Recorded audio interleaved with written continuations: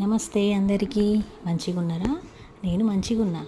శ్రీరాముడు నడిచిన ప్రాంతంలో ఏర్పడ్డ జలపాతం ఎక్కడో కాదు, మన పెద్దపల్లి జిల్లా రామగుండంలో ఉంది. వర్షాకాలం వచ్చిందంటే ఆ ప్రాంతం అంతా ప్రకృతి శోభతో కలకలలాడుతుంది.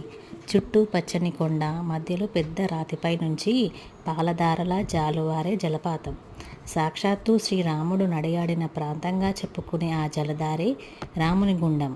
పైనుంచి జాలువారే నీరు కిందనున్న గుండాలలో పడుతుంది. అలా ఒక గుండం నిండిన తర్వాత మరొకటి నిండుతూ జలధార నీటి పూస గుచ్చినట్లుగా కనిపిస్తుంది. శ్రావణ మాసంలో భక్తులు ఎక్కువగా వస్తుంటారు. భక్తులు ఇక్కడి పలు ఆలయాలను దర్శించి మొక్కులు తీర్చుకుంటారు. శ్రీరాముడు కూడా ఇక్కడికి చేరుకొని స్వయంగా శివలింగ ప్రతిష్ఠించాడంట. రాముల వారి హరివిల్లు బండ వంటి స్థలాలు ఇప్పటి వరకు చెక్కు చెదరకుండా ఉన్నాయి. వీలైతే మీరు కూడా దర్శించండి.